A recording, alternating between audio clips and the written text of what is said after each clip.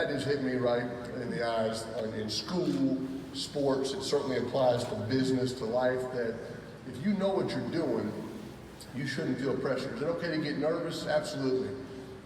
Matter of fact, being nervous, I think it's a good thing. It means you care about it. It means it matters to you. I used to not like guys that weren't nervous because I think they didn't really care whether we won or lost. Is it okay to get anxious? You bet.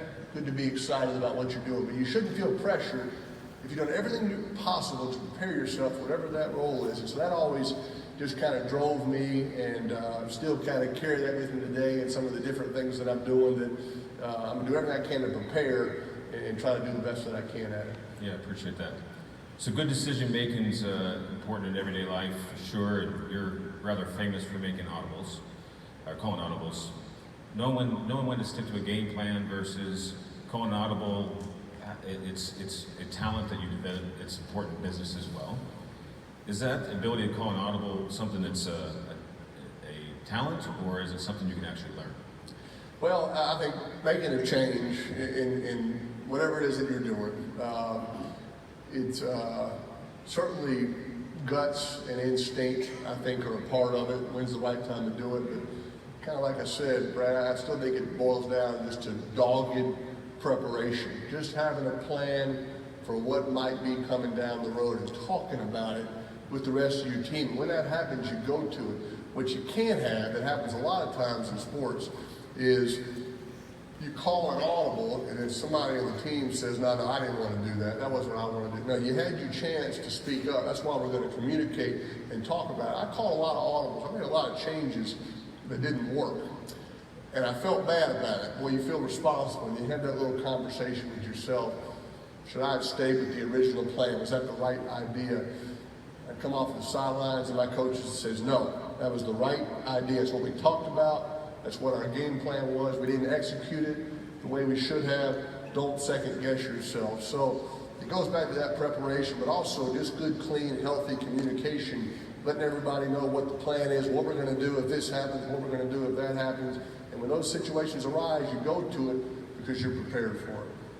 All right, so speaking of audibles, what does Omaha mean? Omaha was this word that we used to call when I played for Denver. After we called it audible, kind of right there at the line of scrimmage. I guess the first thing I should tell you, the reason you can hear what's being said out there on an NFL field is about 5-6 years ago, the NFL, they turned these sideline microphones up louder to bring television viewers at home closer to the game. So you can hear the hits and you can hear the action, and it's great for the viewer at home. It's not so great for the quarterbacks because we found out that defenses were scouting and watching the television copies of the game we played the week before and picking up on all of our offensive verbiage and terminology. I mean, it'd be like having a private internal staff meeting and just broadcasting it out to all of your competitors. And we played teams that we hadn't played in a while, and we'd call it audible. They knew exactly what the play was going to be because they'd seen the TV copy. And it used to drive me crazy. I'd go into the broadcast meetings with, Al Michaels and Jim Nance and Chris Collins, who were the broadcasters. I said, guys, can you turn those microphones down? They said, no, we love hearing the hits. And my one regret of all the years playing it was, instead of saying Omaha one time, to get up there under center and go, blue 20, Jim Nance is a no good, you know what son. I think they would have turned those microphones down.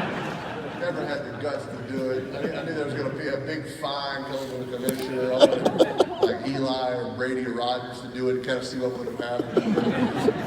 So that's why you can hear what's being said. Omaha, kind of not a great story. It was just a trigger word, just an indicator word that somebody came up with. It's a 3-syllable rhythmic word, Omaha, that meant we had changed the play, and there was just a few seconds on the clock. And this ball needed to be snapped now. So I could tell the linemen and the receivers were going to plan B, and this ball was about to be snapped. It was Omaha. It was a rhythmic word, and all I can tell you is I'm a big deal in Omaha, Nebraska. I went there a couple of years ago. I got the key to the city. Got some steaks out of the deal. So worked out okay. So many of our audience members today are management positions, which means they have to answer to shareholders or owners, and certainly clients, customers, and other employees. So can you talk about managing expectations of those around you and those who depend on you? Sure. Yeah, I mean, look, the NFL, I always kind of looked at the fans as our shareholders and stockholders. I mean, they're in the stadium and they want a good performance. They want to win. And I always felt like we were always kind of seeing it the same way. I promise you, when they wanted to win, I can't tell you how much we wanted to win. And when they were disappointed, we were just as disappointed.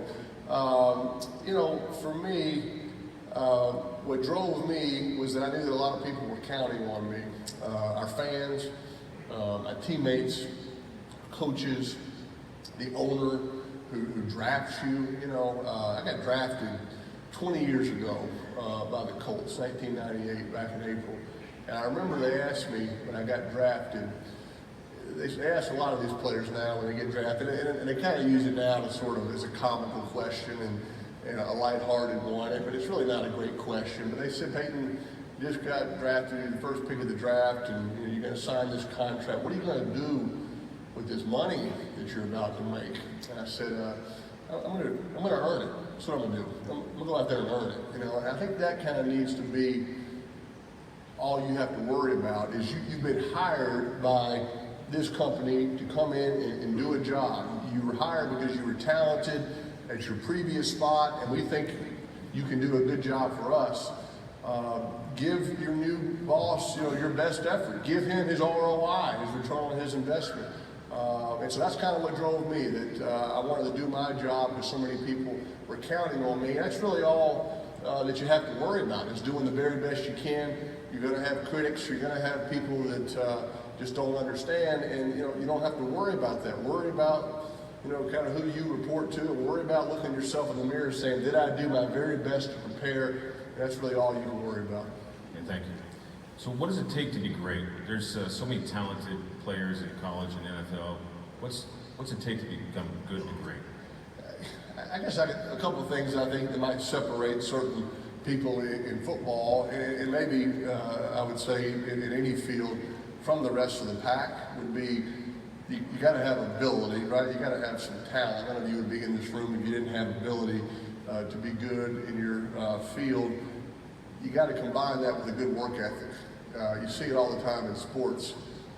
A really talented player doesn't like to work hard, or a guy loves to work hard and he just doesn't have that much ability. So you have a good work ethic and you have some ability, that's a good combination.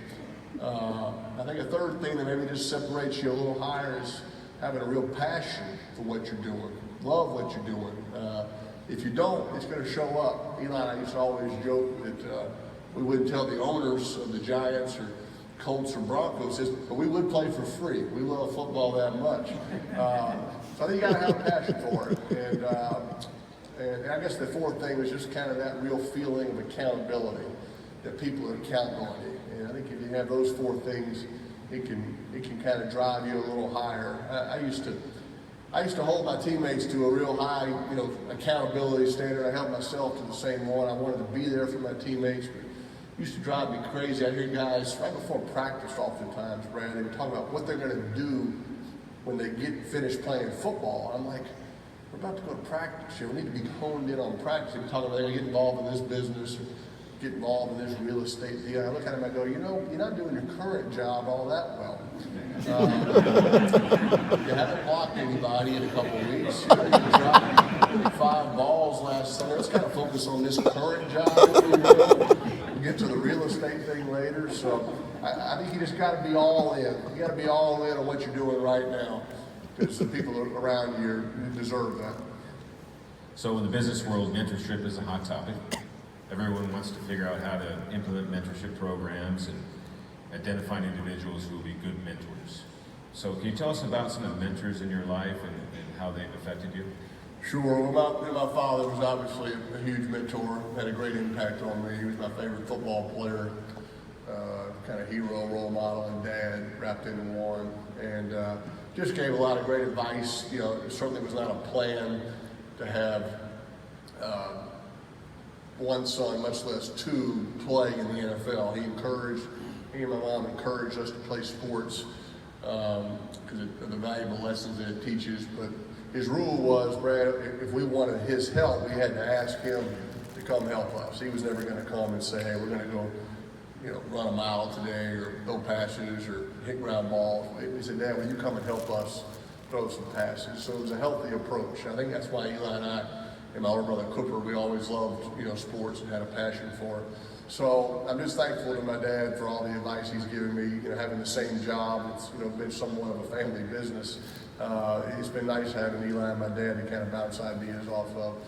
Besides my father and my professional coaches have just had the greatest impact on me. They have been my mentors. Played for a guy in Indianapolis named Tony Dungy, every bit as good a human being as he was a coach. Very unique style of leadership, never raised his voice, never used any type of language, but he treated you like such a professional that you just didn't want to let him down.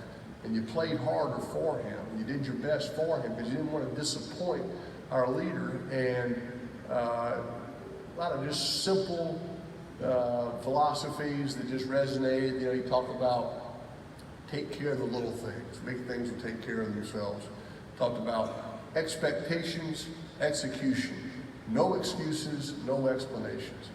And one of the most unique style of leaders that I've been around, but maybe one of the most effective leaders I've been around. I played for a coach in college in Tennessee named Philip Fulmer, who was as loyal a coach as you could have. He always had your back, especially if times got tough. It's nice to work for someone who's going to have your back, especially if you hit a little bit of adversity. And on a lighter note, I played for a real charismatic high school coach down in New Orleans. He's 85 years old now. He's kind of in declining health. We honored him at our school a couple of years ago. We were telling all the stories about him. I never had a bad game in my high school coach's eyes. One time I was 8 for 33, I think, with like 3 interceptions. And he came out in the paper the next day and said, yeah, but we had 22 drop passes last night. That's the kind of guy you want to work for and play for. He was famous for these malaprops, right? These Yogi Berra type expressions. He would always tell us for the team picture to line up alphabetically by height. Kind of hard to do if you think about it. Some smart kids at our school that were trying to figure it out. He would tell all his right-handed quarterbacks. I can remember like yesterday. He said, Peyton, I'm telling you now, when you're sprinting out to the left, it'd be a heck of a lot easier if you can throw the ball left-handed if you were amphibious. I think he made that connection for never asking. The last one I'll share with you, I got a long list, you can probably tell. When you get recruited by these colleges, they ask you all sorts of questions. They send you these questionnaires. They ask you about you, your family. There's always a section about your high school. I'm sitting in my high school coach's office. I'm a senior, and I'm filling out one of these questionnaires. I said, Coach, it's got some questions about you. He said, what's it say? I said, it's asking for my high school coach. And what is my high school coach's alma mater? I said, Coach, I got to tell you, I don't even know. What is your alma mater? He said, always do your best.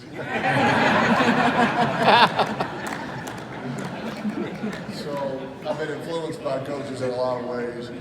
But I really meant what I said, that I think, whether it's an old coach, an old boss, teacher, co-worker, somebody that kind of kept you in check, don't ever stop going back to that person. I believe in mentoring and paying it forward, but I believe don't ever think that we have it all figured out. We don't need somebody kind of still coaching us. And so, always kind of have somebody to evaluate you.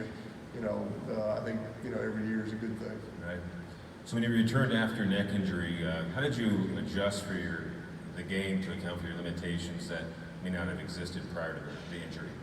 Yeah, it was the greatest form of adversity, professional adversity I had to go through.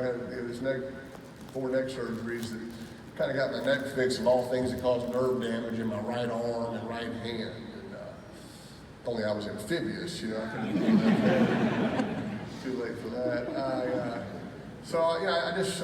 think when you go through adversity, it's just a challenge. It's a real test to see how you handle it. I really tried to have a good attitude about it. I was disappointed because I couldn't play. I couldn't be out there with my teammates. We had a bad season.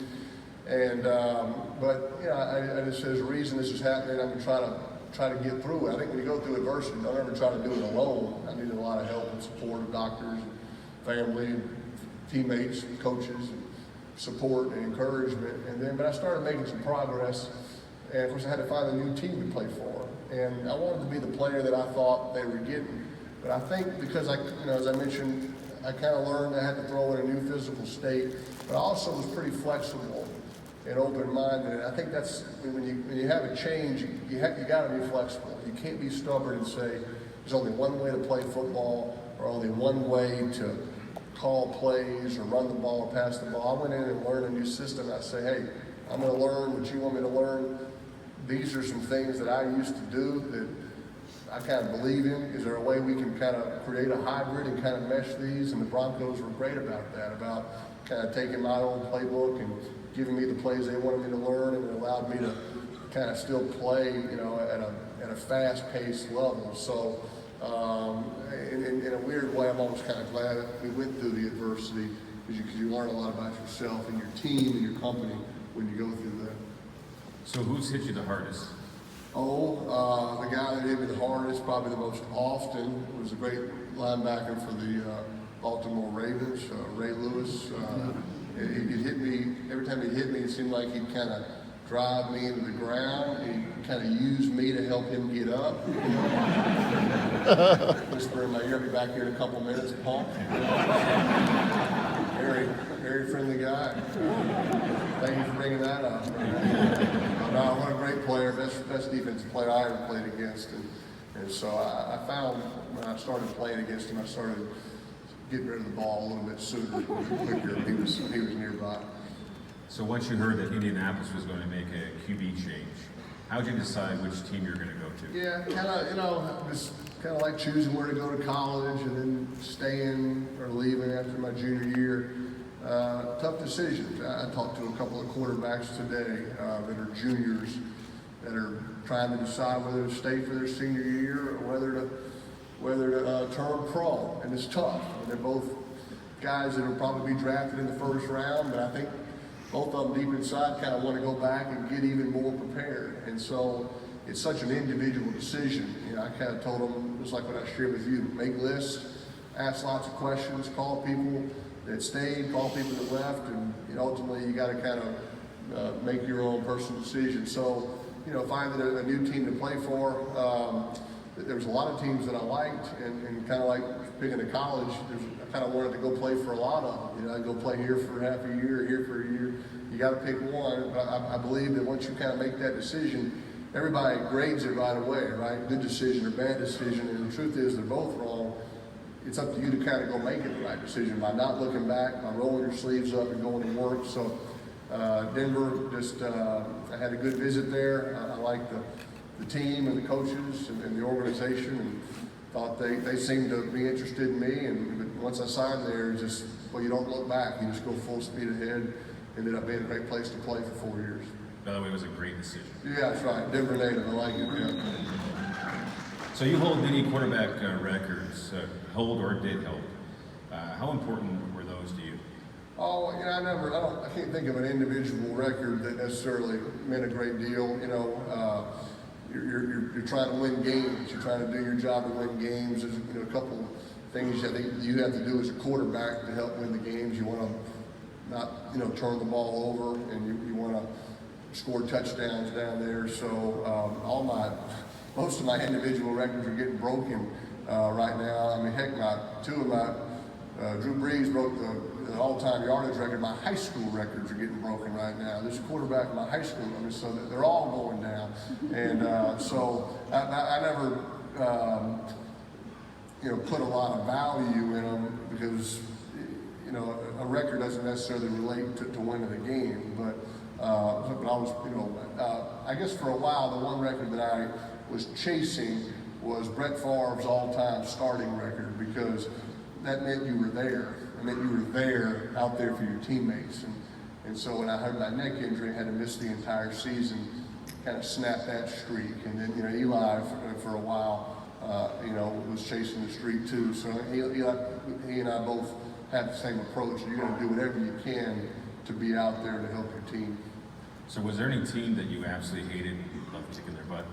Oh, with the Colts and the Broncos being in the AFC, and because we played them so much in the regular season and the playoffs with New England and Baltimore. I mean, they weren't in our division, but they almost became in our division, because we always played in the regular season and usually saw them in the playoffs. And I think there's certain teams and there's certain competitors out there that you just maybe have more attention and better practices when you're getting ready to play them. You got to play your best because they're such good teams. And so I guess those were probably kind of our natural rivals when I played in the NFL.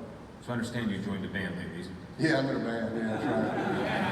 A band, selling insurance in a band. Yeah. So now your playing career is over, and besides acting and doing commercials, have you ever thought about doing coaching or announcing or GM or something like that? Yeah, I haven't made any final decisions or I guess eliminated anything. It's my third season out, like you said, and I've enjoyed doing a lot of things kind of different, not necessarily, going into coaching or broadcasting, and just kind of some things that are out of the box. I have protected some free time, especially in the fall, for the first time in 25 years to have a chance to do some things that I haven't had a chance to do. Ashley and I have 7-year-old twins, so it's a fun age with them and their sporting events. And take them to school every morning. I sit there in carpool line, so I'm kind of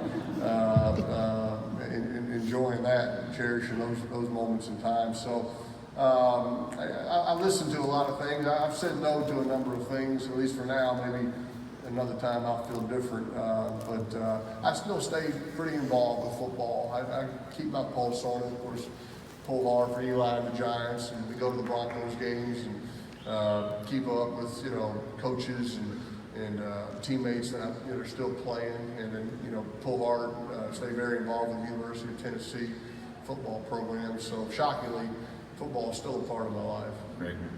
So whether it's hosting Saturday Night Live or the ESPYs or doing a commercial, you've certainly shown your humorous side. Are there any funny stories you'd like to share about some of those experiences? Well, I hosted Saturday Night Live about 11 years ago, and I met this guy the other day. He said my son was in Saturday Night Live with you. And I said, oh yeah, what was that? He said you beamed him in the back of the head with the football. I said, how old is he now? He said he's 24 years old, and he shows everybody this video of me beaming him in the head in the video. So we did this skit for the United Way. It was a spoof skit, and the idea was I was pegging these kids with footballs, and people don't believe it, these footballs had the nerf cut out. They were as light as a feather, but you put the sound effects, but it looks like you were just knocking these kids out. And I remember the director's like, you're a charitable guy, Peyton. That's why it's going to be funny, but you got to be all in. You got to whack these kids right in the head. And I kept saying my mother's going to be so disappointed. And so finally, I told the director, I said, I can't do it. These kids were all child actors. Their parents were out there watching the whole time. Very awkward and uncomfortable. And I said, I just can't do it. I'll go up to the edge. This kind of feels over the edge. I can't do it. And I can't make this up. Right as we were about to cancel it, and he said, no problem, we'll cancel it. One of the parents of the child actors runs out into the set and tells the director, I want him to hit my kid in the face. I said, I'll do it. I'll knock your kid out. Very, very proud moment for me. So listen, we have time for one more question. Off the field, you founded the Payback Foundation with your wife Ashley, and continue to give back in different ways through Peyton Manning's Children's Foundation, or Children's Hospital, and the Pat Summit Foundation. Can you tell us a little bit about them and what they mean to you and your wife?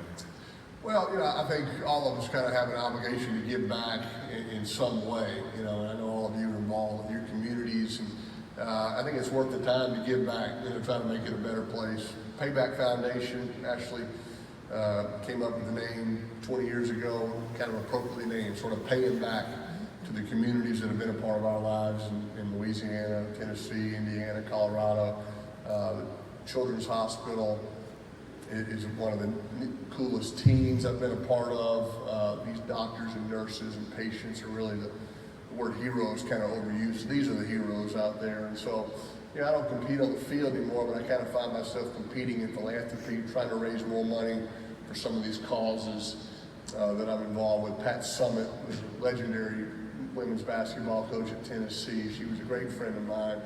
She and I took a lot of pride being ambassadors for the university. Lost her battle way too early to this terrible disease, and kind of feel like carrying her legacy on and helping to try to beat this terrible disease, which I think is probably her greatest legacy. So I think it's worth it to find something you're passionate about. Give your time, give your money, give your talent, give all three if you can, and it's worthwhile to you as well as the cause. Peyton, thanks for being Hey, with us. great. Thank y'all for having me.